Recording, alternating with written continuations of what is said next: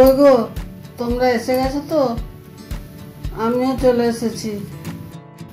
এখন তো কার্তিক মাস, একটু ঠান্ডা ঠান্ডা পড়েছে, আর এই সময় বাজারে উঠেছে টাটকা টাটকা দেশি ফুলকপি।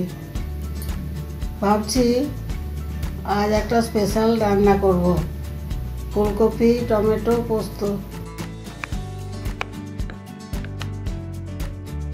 রেসিপি কিন্তু একদম সহজ, বেশি কিছু লাগবে না।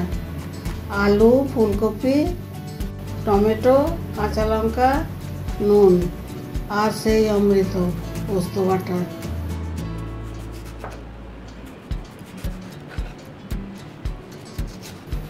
এখন বলি, এই পোস্ত বাটাটাই কিন্তু আসল।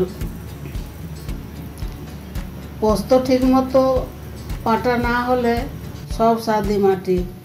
তাই আগে শুকনো অবস্থায় মিক্সিতে গুঁড়ো করে নাও, তারপর অল্প জল দিয়ে আবার বেটে নাও।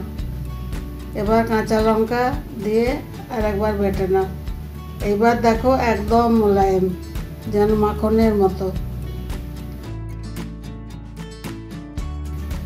এবার কড়াইতে একটু সর্ষের তেল দাও, হালকা ধোঁয়া উঠলে প্রথমে আলু, তারপর ফুলকপি ভাজো হালকা করে।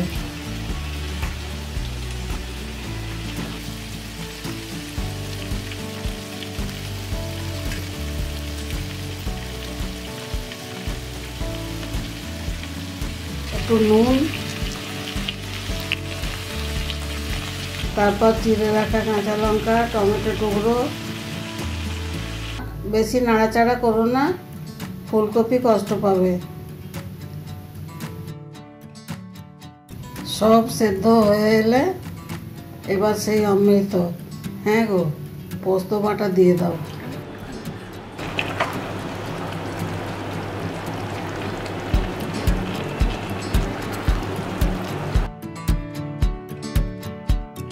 রান্না হয়ে গেল দেশি টমেটোর টক, ফুলকপির মিষ্টি, পোস্তর মোলায়েম ভাব, একদম স্বর্গীয় স্বাদ। এবার এক থালা ভাত নিয়ে বসে পড়ো। জানি তোমরা বলবে, এই ঠাকুমা আরেকটু দাও না। কথা দিলাম, একবার এভাবে বানিয়ে দেখো, চেটে পুটে খাবে সবাই, আর আমি বসে বসে দেখবো। এই বয়সে এটাই তো আমার পাওনা। নতুন রান্নার অপেক্ষায় থেকো, আর সবাই ভালো থেকো।